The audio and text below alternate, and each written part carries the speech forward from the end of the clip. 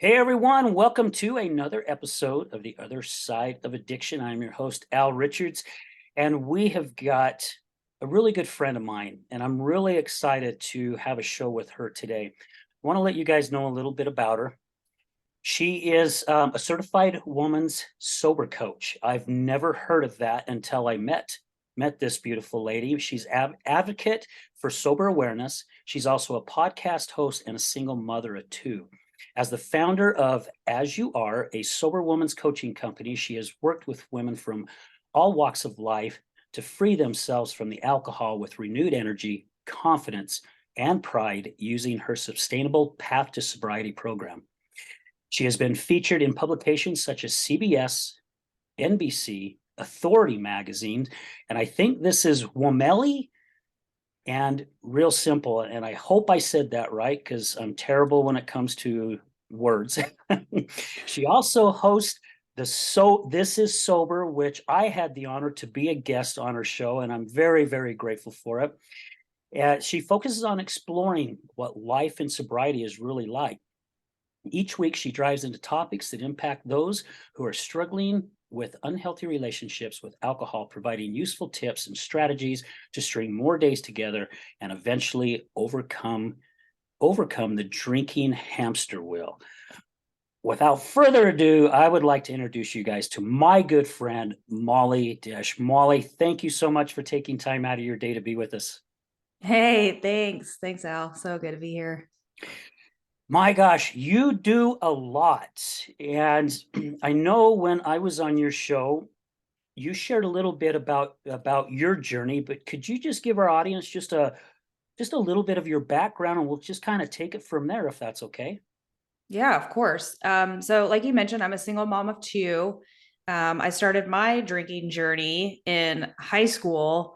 Um, so now I realize, now that I've discovered who I am, that I am a shy person and I'm not like the social butterfly that I was trying to be in high school. So alcohol was the tool that I used to talk to people and, whatever, come out of my shell.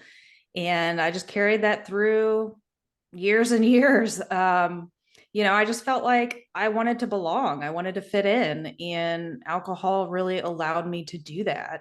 It helped me kind of be this person that I thought everybody else wanted me to be, because the shy person gets kind of ridiculed and they don't seem to have a lot of friends and they're not the popular ones. And so when you're young, like that's what you want, right? Yeah. You want all the friends and the attention and you want to be cool. And it just made me feel cool. And it quickly developed into a habit. I used it into college and, going to parties and getting to know people. And then before I knew it, it felt like I couldn't even leave the house without having a few drinks if I was going to go meet somebody, because I wanted to feel loosey goosey and be able to talk to them and open up and all that good stuff. So it definitely became a ingrained habit. And after college, I moved to Colorado and had my first like real job and saw like, oh, this is what people do. They go to the bars, they go to happy hours. This is like the kind of corporate thing that you do. And so it just kind of became even more ingrained and supportive in my mind. Like, this is just what adults do. And then eventually I had my first kid, and holy cow, I was not expecting it. I was not married. It was out of wedlock. Like, I didn't, wasn't anything that I was planning for. And, my life just flipped upside down. You lose your identity. Like, I thought I was this person that had all these friends and was doing all these fun things. And now I'm like at home taking care of this human, right? And I really struggled with that because I felt very alone. Like I said, I wasn't married. I was living with my son's dad, and it wasn't a great relationship. There was a lot of issues there, and I just continued to use alcohol as a way to cope. So it kind of transitioned from, Molly's drinking because, it makes me feel alive and I can talk to people, to, oh my gosh, my life is just, this is what my life is. Like, I don't know how to handle that. I don't know how to cope with that. And so alcohol, like, then kind of took on this new form in my life as a coping mechanism. And still, all of the other people that I was around were still drinking, going to happy hours, things like that. So it very much felt like it was acceptable. Like, that's what people did. You would go have dinner at somebody's house and, hey, let's have some drinks. It was just so ingrained. And so I never really questioned, do I have a problem? It just felt very natural. And after I had my second son, I met this woman. She was a neighbor of mine, and she didn't drink, just by choice, just it wasn't a part of her daily thing. And I think that was the first time in my life that I was like, that's kind of interesting. I wonder what it's like to be able to leave the house like completely sober and, oh, hey, we ran out of milk. Let me run to the grocery store. Or, oh, my kids have a baseball game tonight or something. Like, let's go. It sounds so ridiculous, but that thought did cross my mind. Like, wow, I wonder what that's like. And so just as it came, it went, and I went back to my drinking, and it was just a daily part of my life. On the outside, my life looked great. Like, I was married, had two kids, a dog and a cat, a beautiful house, a great job. Everything looked great on the surface.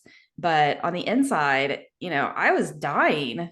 I was again in another relationship that was unfulfilling, and probably a lot of unpacking there for like why I kept getting in these types of relationships. But um I wasn't sober for sure, so making those kinds of decisions in that drinking mentality, yeah, you're going to make some pretty terrible choices.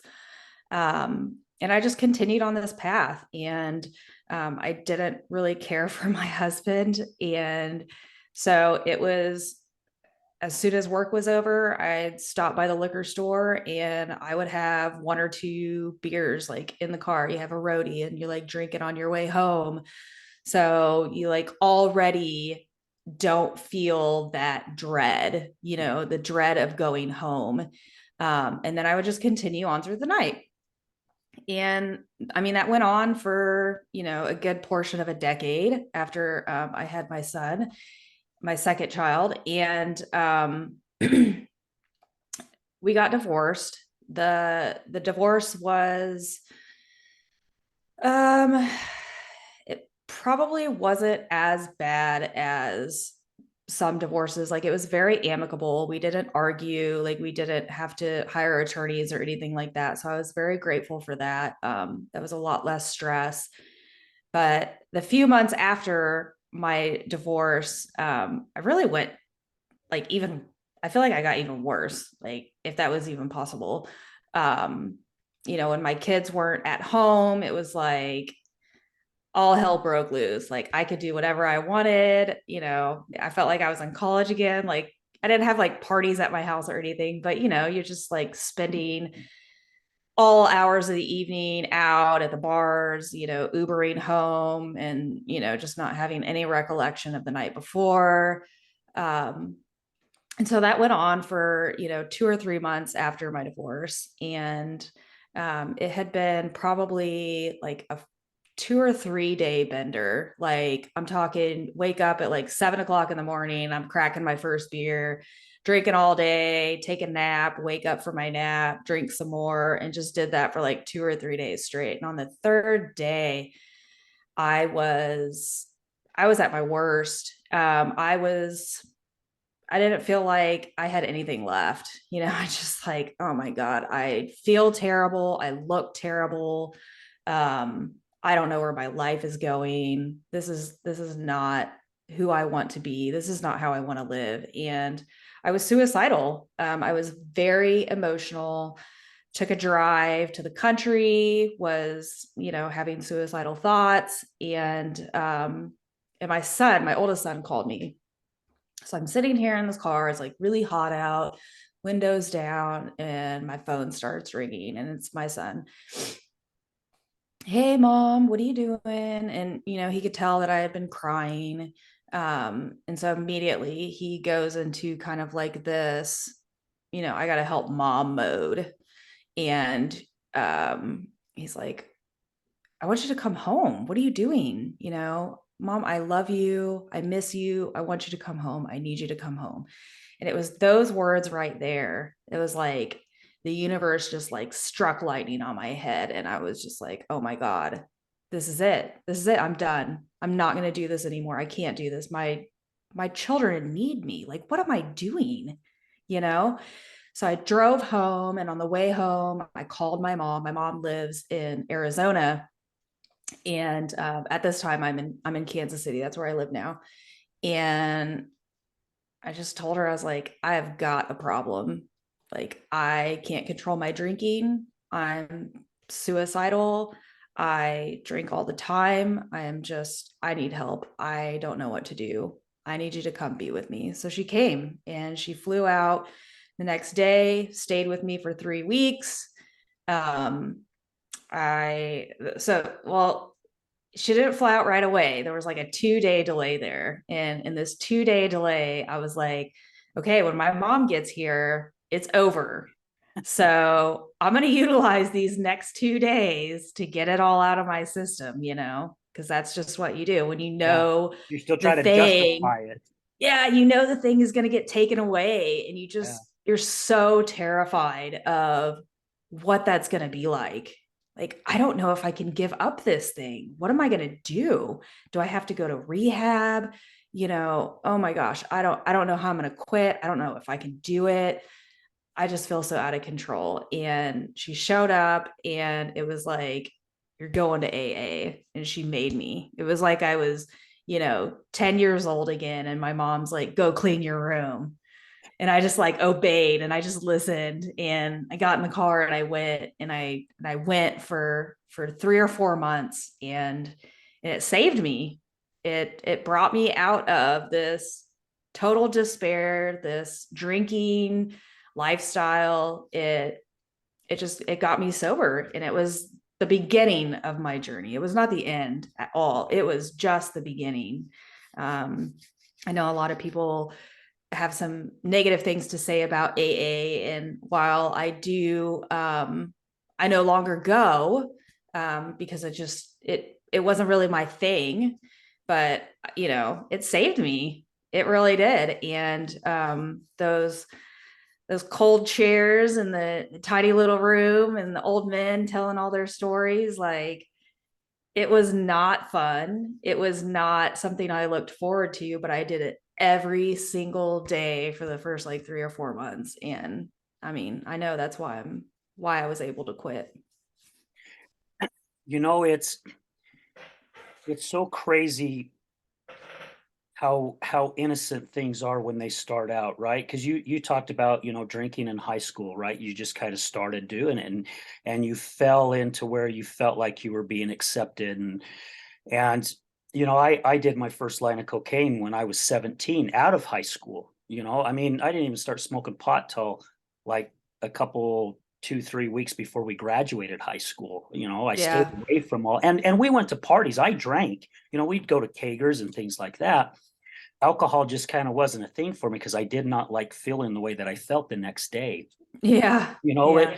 when I had that line of cocaine, I mean, I fell in love with it immediately, not knowing that umpteen years down the road, it was going to take over my life. Yeah. And we just don't see it. We're so blind to things. And you just made a comment too. And I've had a few people who have been on my show that don't care for AA, but AA, we've had people on the show, man, it's just like you, Molly, it saved their life. And it's whatever works for an individual. Yeah, exactly. That's There's more than one way to skin a cat. So Yeah, if it works for absolutely. somebody, I don't knock it at all. I mean, it's saved millions of people's lives. But there's a ton of other things that you can do too. Yeah.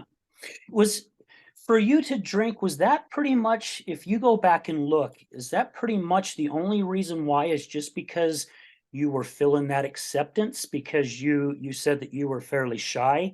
Was that the main reason, or did you have some kind of other trauma inside of you that was hidden? Because I have really done some deep soul searching since I've started sharing my story, and I took it all out as just basically it was the stress of my job, right? Because I did have a lot of Right. stress. As I really started thinking more on it, I was like, oh man, there is so much more. And I didn't even So much more. realize it, right?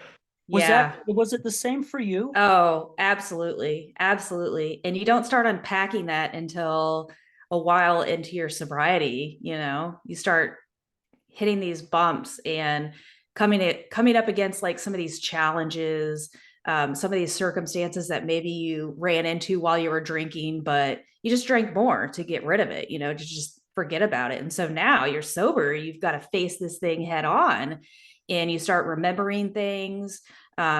I started going to some therapy, which brought out all sorts of things that, I had just pushed down way deep down inside. When I was probably about 4 years old, I was sexually molested by a neighbor, Hmm. and that I never really fully processed that because I was constantly drinking. After I moved out to Colorado, um, I got pregnant, and I was, gosh, 22. And the dad was like, well, I don't want to have anything to do with that. We got to get rid of this. And didn't even give it two thoughts. And I had an abortion, and I never processed that. All those years through my being a mom of two amazing boys, I never processed that until after I got sober, and it came up, and it's just like, oh my God, Yeah. like that is some heavy stuff. My dad wasn't around when I was little. He got remarried and developed this very fruitful and beautiful relationship with my stepsisters. And I was so envious of that. I mean, that was a part of it. I mean, there's just like so much that impacted it more than just I wanted to feel more social. Absolutely. And you start kind of connecting the dots. And for me, a lot of these dots started appearing when I started journaling.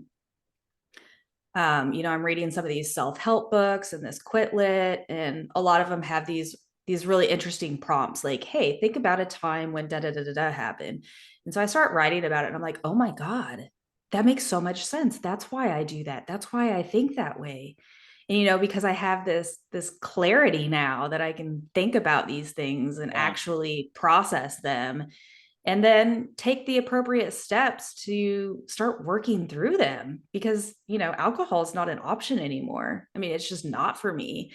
And so I can either push it down inside, which that shit always just keeps coming back up, it just resurfaces, or you can like work through it and like move past it and start forgiving the appropriate people, forgive yourself, release all that shame that you feel about it.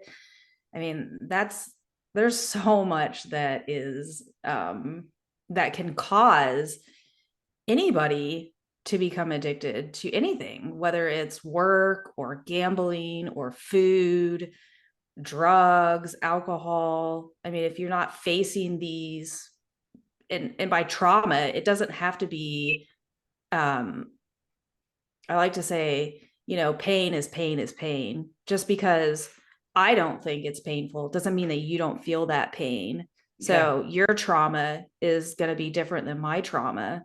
So trauma is trauma. If it has impacted you negatively in some way, that's something you've got to work through. That is 100% right. I've even wondered, and I don't know, I don't think I shared this when I was a guest on your show. I was crippled when I was a kid. I was diagnosed with a disease in my left hip called Perthes, and it's like a form of a polio. And what it does is it eats your hip socket away. So basically, your leg stops growing. And it My was God. very, very painful. I remember, you know, telling my mom and dad, and my dad, even at the age of 7, for me, he was thumping me in the head like, you're in pain, you just freaking bear it. You grit your teeth and you go through it. And it Wow. got so bad I started crying, and my dad's like, "Man, if this kid's crying, there is definitely something wrong." And I was diagnosed with this disease. I walked in the hospital and I didn't walk out. They put me in a wheelchair like that. Being Yeah. 7, you don't know what the heck is going on, right? Your mom's there to comfort you and doing her best to explain it to you, but you still don't get it. And after about being in a wheelchair for 2 weeks, I had to go get fit for a brace so I could walk to take the weight off my leg. And the brace is just like what if our listeners have seen the movie Forrest Gump, which I think the majority of people have, it's almost that same type of brace, but I only had it on one leg, not two, and I had a platform shoe that was about that high to level me out.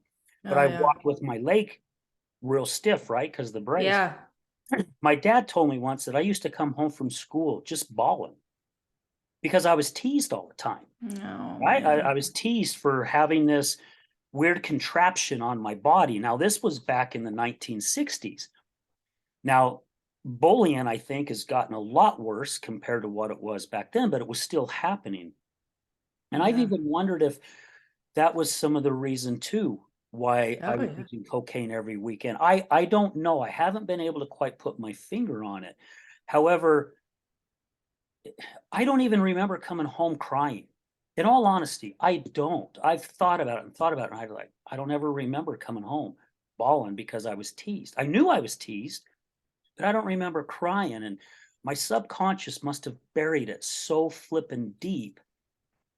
And my wife was the same way when she fell in her alcoholism. Bad relationships, got bullied and teased a lot. She was also sexually assaulted at a very young age, which all came up in her therapy, right? Which Yeah. started you're putting those pieces together of the puzzle and you're starting to see the big picture of things. And yeah, I mean it's crazy where life takes us, and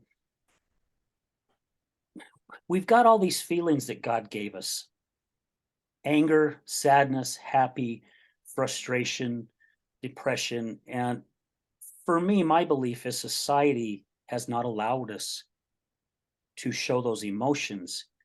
And I think the majority of us, we push those things down so deep, but it's like a pressure cooker. Eventually, that starts rising and it comes out, even though we're pouring liquid in us to help us, or smoking something, or snorting something, or watching something, or whatever it may be, right? And we just Yeah. don't realize it, how bad it is for us. And when you can allow yourself to show those emotions, because I'm sure, Molly, for you, when life hits you in the gut, I'm sure that first thing in your mind, I don't know. It's happened to me where some things was happening with my wife and I probably about 2 months ago, and she frickin' took off and left, and I'm like, oh my gosh, I would love a frickin' couple lines right now. I would just love it, right? Yeah. Just Yeah. because of what I was dealing with. And I was literally pacing my living room floor, going, do I pick up the phone? No. Do I pick up the phone?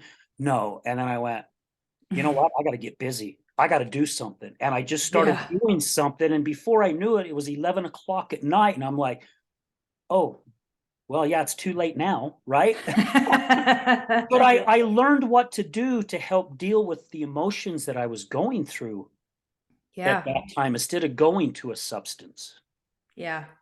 Well, and I'm so glad you brought that up. Society doesn't want you to show the emotions. I also feel like it kind of goes back to how we were raised, right? Yeah. So I am a firm believer in there's generational trauma. This stuff goes back generations. You know, don't don't cry. Boys don't cry. Girls can't voice their opinions. Otherwise they're bossy or bitchy. Boys are crybabies. All these things. Like it goes back decades, Yeah. and it just keeps getting passed down. And as parents, it is our responsibility to teach our kids about these emotions. I feel like that's something that never really gets taught. So for example, your kid's frustrated because, they studied really hard for this test and they failed or whatever. You could just be like, oh, well, maybe you can try again next time, but like you're not really teaching them anything like on how to handle these. You've got to teach them healthy techniques like, is exercise appropriate here? Should you go for a run? We've got a punching bag in the garage, go hit that thing. If you're angry, if you're sad, that's what my shoulder is for, come cry on it. Like, it's okay, this is your body needing to physically release these emotions, this energy that just gets stored in our body, and if we don't get rid of it, it starts to actually make us sick. We can get physical ailments, you can get Oh yeah. cancer, heart disease, like all these things. If you're not treating the emotions and all of this energy that gets stored in your body, like where do you think that stuff comes from? You're creating it yourself. So as a parent, it's your responsibility to help your kids figure out how to deal with these emotions. My parents sure as hell didn't. Yeah. I'm sure your parents didn't either. You said your Nope. dad was just like, Nope, suck it not at up. all. Yeah. Yeah. And it's not too late, you know, before they get old enough to develop their own habits or addictions, perhaps. Like, God forbid, I don't want that to happen. But you can sit down and have a conversation with them and just say, like, this is what I do with my kids. I say, look, I drank because I didn't know what to do with my emotions. And now I'm learning, ways to better manage that. And I want you to also be able to do that. I don't want you to smoke weed because, it it makes you not feel the things. I don't want you to drink alcohol because it makes you not feel the things. Like, I want you to feel these things. This is a part of life, the Yeah. good, the bad, the positive, the negative. If you don't experience that negative, then the positive doesn't feel so great. So it's like this balancing act, and you just have a conversation with your kids. Allow them to feel their emotions, allow them to express their emotions. It's so healthy. It's when you start suppressing that you start turning to other things like alcohol, for example, or cocaine or gambling or whatever, because you're like, I don't know what to do with this stuff, all this Yeah. stuff going inside. And I'm not supposed to show it, right? So I'm gonna do Exactly. something different. You know, I had a guest on the show a couple years ago. Her name's Vanessa Buer, and she lives in Colorado. And she's a coach as well and helps other people. And she said I think her daughter was 6. She said, "My 6-year-old daughter taught me something very valuable." And she posted this on social media. There was a storm coming in, and her daughter did not like the sound of the thunder and the hard rain coming down. And she said something to her daughter that she was told as a kid, right? From the parents, which you just elaborated on that. We're just Yeah. codes, right? We're taking the generation to the next generation. We're continually to keep Yeah. happening. And she says, "Look, you don't need to cry. Tough it up. It's just thunder. It's not going to hurt you." Yeah. And sometimes I get emotional even thinking about this. She said her 6-year-old daughter looked at her and go, "Mom, it's okay for me to be sad." Oh, And she bless her just heart. stopped and just went, "Oh my gosh, she is so right. I'm not allowing her to feel what she feels right now, right?" Yep. Yep. So the next time a storm comes in, I guess they have this pretty nice front porch outside their house, and they're sitting on the porch, and there's a storm coming, and you can start hearing the thunder. And she turned around, her daughter was with her, and she said, "Would you like to get on mommy's lap to have your sad time?"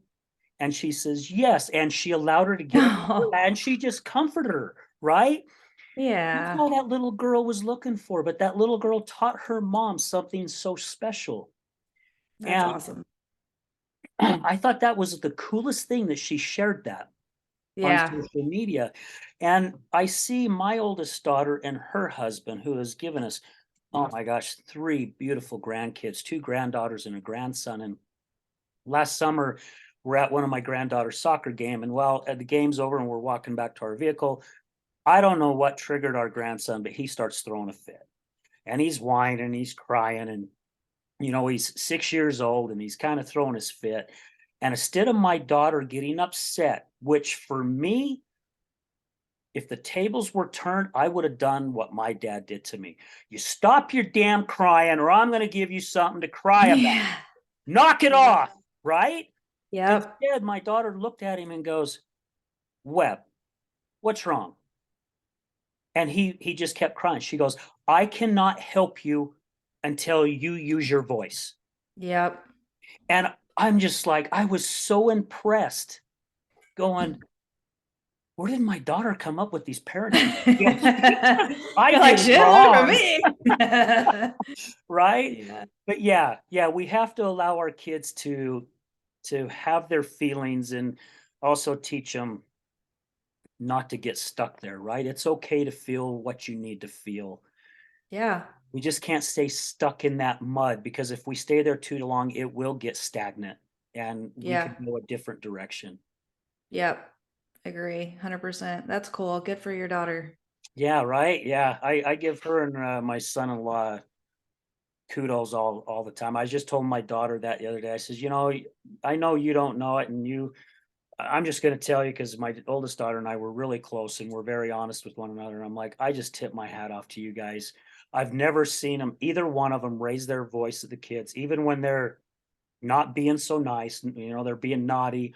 I've never seen them raise their voice at each other. Now, I'm not around their house 24/7. Yeah. However, if they're doing it when people are around, I'm pretty positive they're doing it while people aren't around. Oh yeah, for sure, for sure. And I also don't shame anybody that um has some of these more challenging kids. My oldest son, he's got ADHD, and when he was little, there were many episodes like that, like out in public, and he was very impulsive, hitting other kids, biting them. Like he didn't really know how to handle, like how to deal with frustration.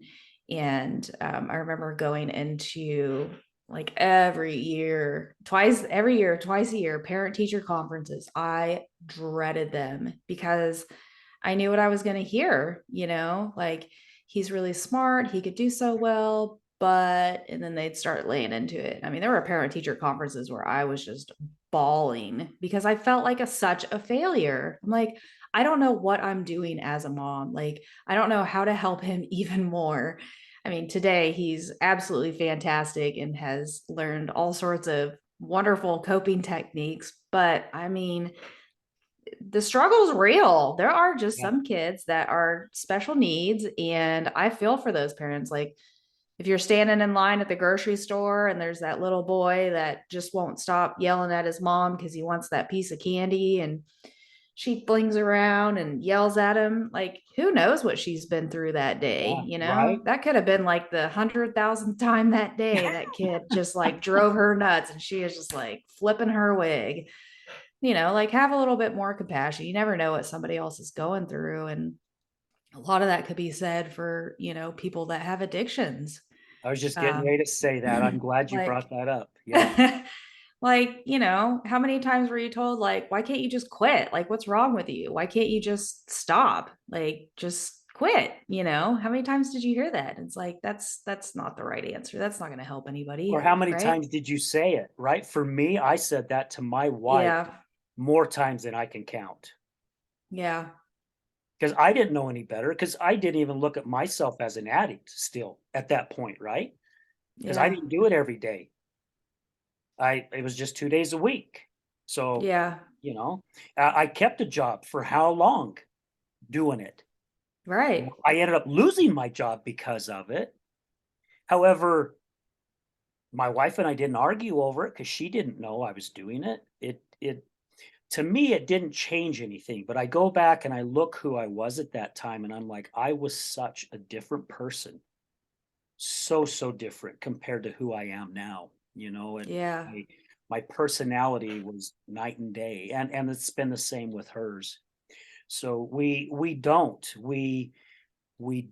know what an individual is suffering from, and I would say 98% of the people I've interviewed had something happen to them in their life. And the drug and alcohol, it's not that I mean, they fall in love with it, yeah, to a certain point or at a certain time, but then they're not in love the whole time they're doing it, right? They're Oh doing it no. because they're just doing what they can to cope. It's the band-aid because they don't know what to do to handle whatever is happening inside here. Yeah. And society doesn't understand that. Right. Well, I mean, as far as drinking goes, I mean, cocaine's a completely different story. Like, Yeah. you don't see anybody advertising for that. Yeah, Every right. time, every time I see, like a greeting card or a t-shirt or, home decor that has something to do with drinking and making it funny or cutesy or normalized, I want to replace it with a line of Coke and be like, would you sell that? Would you Right. sell No that? kidding. It's the same thing. Yep. But oh my God, no way. I mean, it's just so normalized and so okay. I mean, I was looking at I think it was like a couple years ago, they really came out with these like seltzers, and everybody's been making these seltzers, and the cans are so pretty.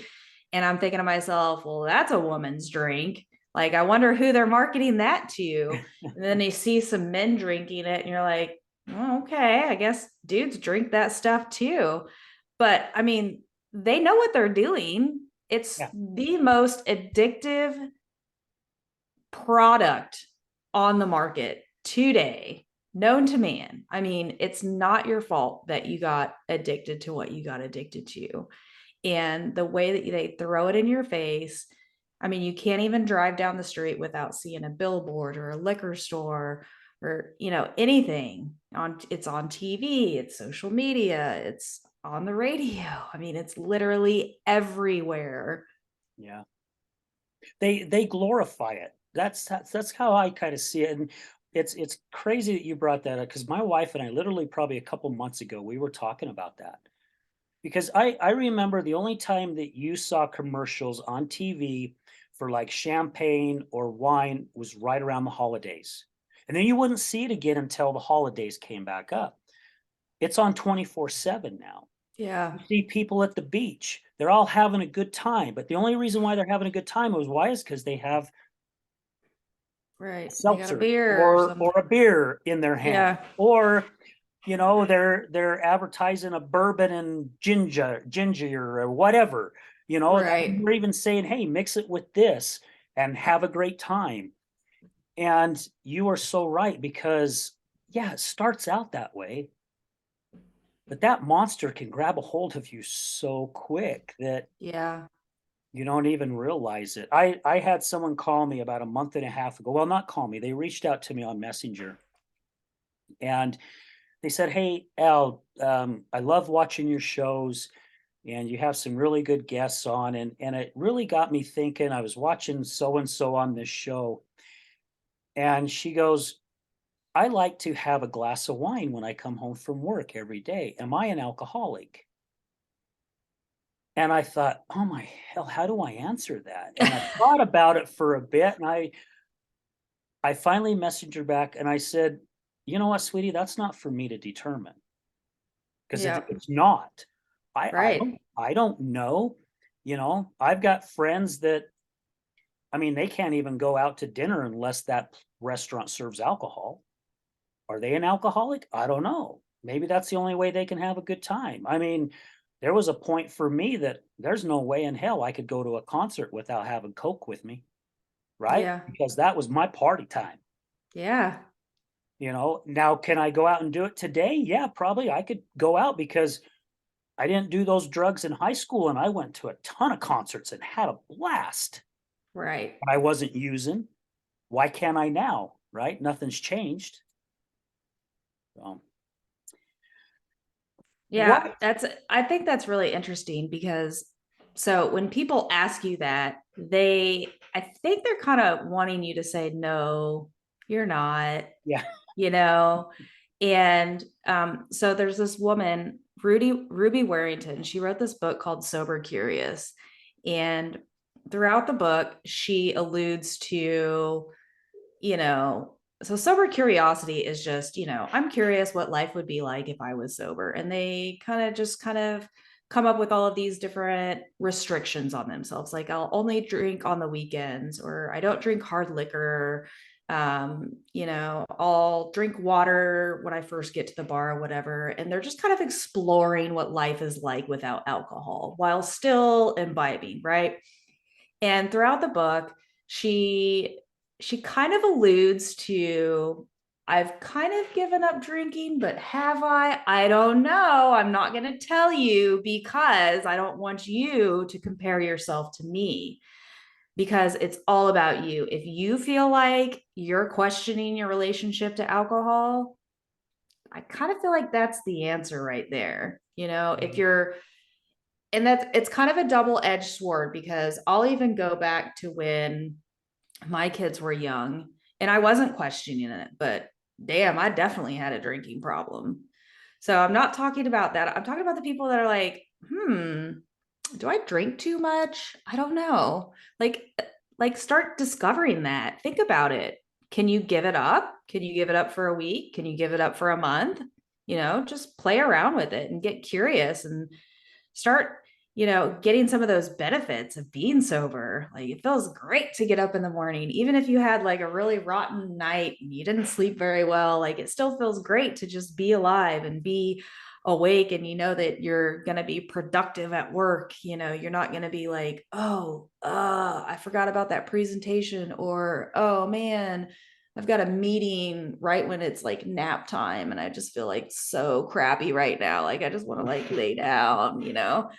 So there's just the Sober Curious book, and the whole movement is really fascinating to me. Like I was never in the Sober Curious aspect. Like I was all in and then I just stopped. But there's a ton of people that are what they call sober curious. So, and I just find it really fascinating, because a lot of people they try to compare or find out like how much is too much, or how much can I get away with and still be good. Just Yeah. you gotta figure it out for yourself, because everybody's different. There's somebody that may drink, like you said, you only did it twice a week and on the weekends. Would somebody consider that an addict? I don't know. Somebody may or may not, but it wasn't cool for you. Yep. Yeah, exactly right. So what gave you the idea to start your podcast? Just to get more perspective, or just to hear what other people were going through or what they went through? A couple things. So I've been on a lot of podcasts and I really enjoy podcasts. I think it's a great medium to get a good message out. Anybody can listen to it anywhere. And I am of the mindset that the more people that hear about sobriety and how it can be, things that you can work towards to get sober or whatever, is a really positive way to get that message out there, is through podcasts. Um, I am also, as I shared with you earlier, I'm a pretty shy person, believe it or not. And I have been working very hard to push myself to grow more and get outside of my comfort zone. And I knew that would be a way to do that. So I thought, I'm going to start my podcast. I'm just going to make myself do it. And I've really been enjoying it. And the third reason why is I am also a very opinionated person, and I like to speak my mind. And I thought that would be a really great way to give my own perspective on things. There's sometimes you can't be politically, some people are like too politically correct. And I say to hell with that. Like if it offends you, then you can turn it off. You can move on. Just keep scrolling, turn it off, whatever. Like, this is the message, this is what I believe, and this is the message that I want my listeners to hear. And it resounds with a ton of people. And so I want them to be able to hear that, politically correct or not. And I also love having people like you on the show, getting somebody else's perspective and just, having these live conversations about real life. Like, what is sobriety like? How did you get here? What are you doing? You never know who's going to be listening and just be like, wow, yes, that's me. That is me. And when you feel that connection to somebody and you feel that similarity, it gets your brain going and it kind Yeah. of starts moving you in the right direction, right? So you don't, because you feel so alone and nobody knows what I'm going through, but there's like so many people that really do. Thousands. Yeah.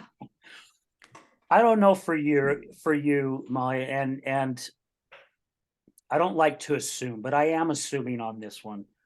When I do my shows, I don't know, I probably did my third or fourth show, and I really started falling in love with it. I mean, it was something I was jonesing for, right? Like I used to jones every Friday because I couldn't wait to get off work to call my guy. I'm jonesing for Thursdays to show up. It's 2 years since we've been doing the show, and I'm still jonesing for Yeah. Thursday to come so I can sit down with incredible people like yourself and so many others to do these interviews. I have found out too, within a very, very short time, how therapeutic it was for me, how even though I wasn't sharing my story at the time, how it was building me up to that point, right? Because Yeah. we ask our guests that come on our show, or we're hoping that they'll be vulnerable. Because I'm the same way. I throw the truth out there, and I'm going to say it the way I see it, not meaning to hurt anyone's feelings. It's just me. I just want Right. you to know where I stand, and you can take it or not, because you have a different outlook of it. That's okay. I'm not here to try to get you to believe the way I believe. Yeah. However, the therapy for it has just been so amazing. Sometimes I've joked about when we get a bigger studio, which we're in the middle of looking for a new studio right now because we lost our other one. I'm like, I wonder if we could find like a dark brown leather couch and we can do a show where I'm just laying on That'd be a cool. couch, right? Yeah. Like going through some therapy. Yeah. Have you found, has that happened with you that you have found it to be very therapeutic?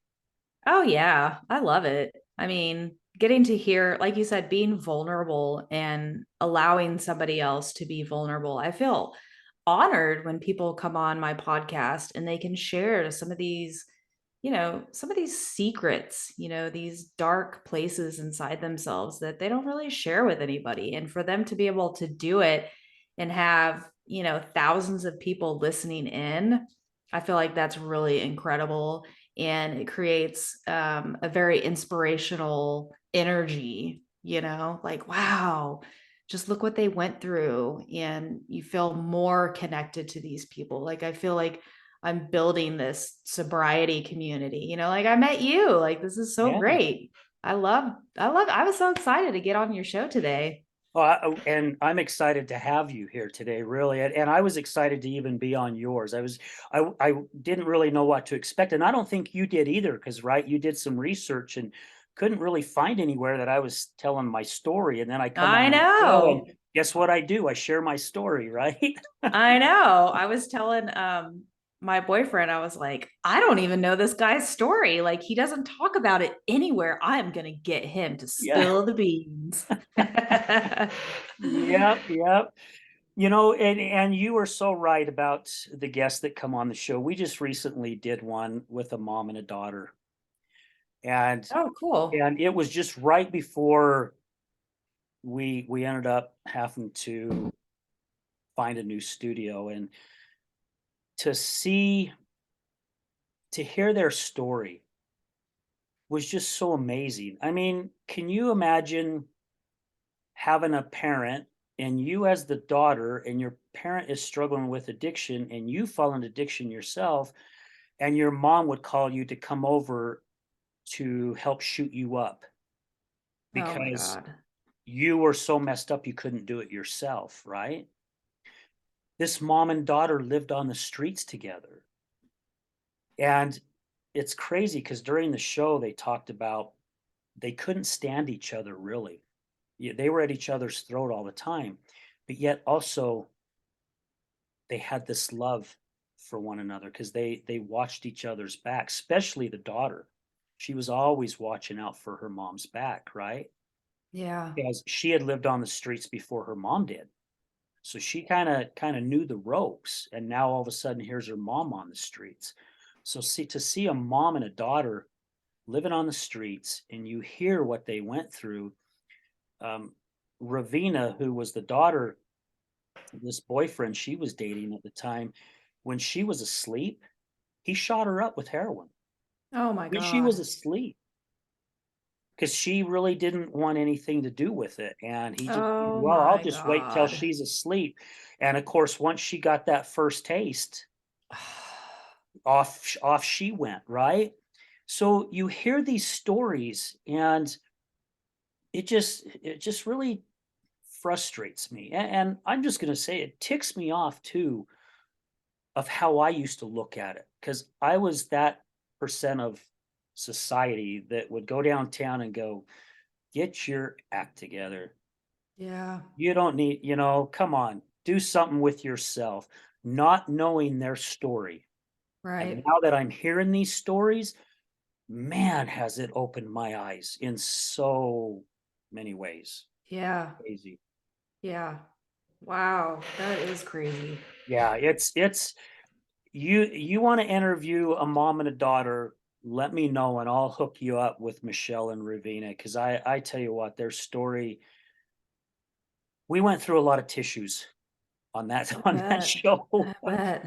A lot of tissues, Wow. and I'm just so blessed and so grateful that I got to meet these two, and they're actually coming to our summit that we're doing this Saturday, and I'm looking forward to seeing them again and giving them a big hug and telling them congratulations because they're both in recovery right now and they're kicking butt and taking names, and Yeah. now And how they're out there cool that they get sharing to their do it story. together. That's so Isn't it awesome. cool? Yeah, that's so cool. Yeah, it's amazing. Good for We them. even had a mom and a daughter come on where the daughter, for the very first time, shared how she looked at her mom, who was an addict. Yeah. And I tell you what, that one was very emotional too, because the daughter didn't want to say anything to hurt her mom's feelings. And Right. the mom kept tapping her on the arm and rubbing her arm, going, "It's okay, I can handle it. Go ahead, you say what you need to do." And it took a little coaxing from both of us to kind of get her to open up. But once she opened up, to see that bond that was just made between those two at that very second was priceless. I mean, Yeah. seriously, it was priceless. Yeah. And you got to be there for it. Yeah, yeah. So how can people find your podcast, Molly? Oh man, it's everywhere. Apple, Spotify, wherever you can listen to podcasts. It's out there. Like I don't even know all the platforms. It's Yeah, just it's it's just there. everywhere. Yeah. And share the name of it again so people know. Oh yeah, sure. This is sober. So I try to release once a week, usually on the weekend because that's like my free time. But yeah, there's actually an episode of Al on there. So if you want to go hear Al's story, it's very well captured in This Is Sober. It was so great. Cool. Is there anything, what if there is a listener out there, because you help a lot of women. Let's say someone watches this show and they're like, "Oh my gosh, there's a connection between this individual and you, Molly." How can they get a hold of you? Can they message you on Facebook? I mean, how can they get a hold of you? Um, I don't really do Messenger just because I get so many spam messages that Okay. I just kind of ignore them because I never know if it's real or not. Right. Um, I feel like the best way to get a hold of me is just by email. It's just my first name at my website at asyouarelifecoaching.com, and I can send it to you. You can put it in the listen notes if somebody wants to email me. But Okay. yeah, I don't really respond a whole lot on social media. I'm not on social media a ton. I know that's kind of like the thing to do, but I just I try to stay off of it because I feel like the times that I'm not on it, I feel happier. Okay. Yeah. Well, if that works for you, then that's great, right? But It's I mean, I am on there. I am yeah, on there and yeah. you know, from time to time. So I'm not a total, like, I don't know what you want to call it. There's some people like my boyfriend, he doesn't have a Facebook or Instagram or anything. And it's like, do you even exist? Yeah, right. Yeah, you're Like, not I'm even out there in there. the world unless you're on it. Right. Exactly. Exactly. What would be your main message for our listeners today? What's something that you can share with them that may strike a chord? I always like to tell people that if this is something that you're interested in or you've heard about and you're like, I keep hearing about like sobriety or, it just sounds terrible and boring and a lot of hard work. Like, I would really challenge you to look into it and get curious. Like, read some books, start following Al, follow me on social media. There's tons of podcasts out there. You've got Al's podcast, my podcast. Oh my gosh, there is actually so many sobriety and addiction podcasts out there. They've got a lot of people that you can connect to. There's a lot of books. There's a lot of like Zoom meetings. So if you don't want to do the AA thing, there's places like Dharma Recovery or Smart Recovery, or I'm probably missing so many of them, but just like try and meet some people that are sober in recovery, meet some people, get to know them, get to know their story, see how they do it. I feel like the biggest piece of choosing to get sober, whether you feel like you have to or just because it's a really cool thing to get to experience and you're doing such amazing things for your mind and body through sobriety, you know um just getting clear on your why. Like, why do you want to do this? Why is it important to you? And really kind of digging into that. And once you figure out your why, just kind of let that be your guide and in the choices that you make. So, meeting people, reading books, podcasts. I feel like, like I said, the reason why people are so afraid to do something is because it's unknown. So the more you know about it, the less scary it is. Yeah. Well, and if it does scare you, I'm a firm believer. If it scares you and you feel that fear, it's that's exactly why you need to do it. Yeah, fear is always telling you something. Yeah, yeah. And I think you just actually said the title, the caption for your show, getting clear on your why. I love that because There you go. it's so true, right? It is Yeah. definitely so true. Yeah. My gosh, Molly, thank you so much. I mean, literally, it has been an honor and a privilege to have you on the show today, and I'm so grateful that you and I had a chance to meet. And I hope one day we'll have an opportunity to meet in person. Never know where Yeah, life will take definitely. us, right? That would be awesome. There's a few of our friends that I deal with. We're talking about starting some kind of speaking circuit. It's Ooh, just kind of fun. it's up in the air right now, and we're just kind of doing the outline of the puzzle, and we're kind of seeing where we could go. But it's just about resilience. Hmm. One of the gentlemen, John Aspie, who's a good friend of mine, he was the former Jazz Bear, the Utah Jazz professional NBA. Oh, really? Oh, He's the wow, guy that cool. did all the crazy stuff, changed mascots, how mascots did things all around the United Yeah. States, where mascots before him was calling him, going, "How do you do this?" And he had the rug ripped out from underneath him. We got a guy that we have these big convenience stores here in Salt Lake City in Utah called Maverick, and they have just grown tremendously. And one of the guys I know used to be the monster truck driver and to smash all the cars, and he had the rug ripped out from him. And Wow. we've got a 2002 Winter Olympian friend and who fell into Hmm. addiction. He was actually into addiction before he found out who he was as an individual. But we're throwing some stuff around going, oh my gosh, that would be so cool to go around and share our stories, but open it up as a panel where people can ask us questions about how we reinvented ourselves and how we changed our lives after having something tragic happen to us. I So, love that. That's awesome. Yeah, yeah, keep me posted on that. definitely, definitely. All right, my dear. Well, again, thank you so much for your time. I wish you all the best. And guys, we just want to say thank you to all our listeners, all our many sponsors who have made this possible. Resilience Talk Network, I still want to give them the credit, even though we're not in a studio yet. It's I know God has a different plan for us, and it's probably going to be better than what we had before. Gosh, there's just so many thanks I just want to give, man. We just appreciate everyone. And we want to leave you with this as we do at the end of every show. Remember, addiction is giving up everything for one thing, and recovery is giving up one thing for everything. We're out.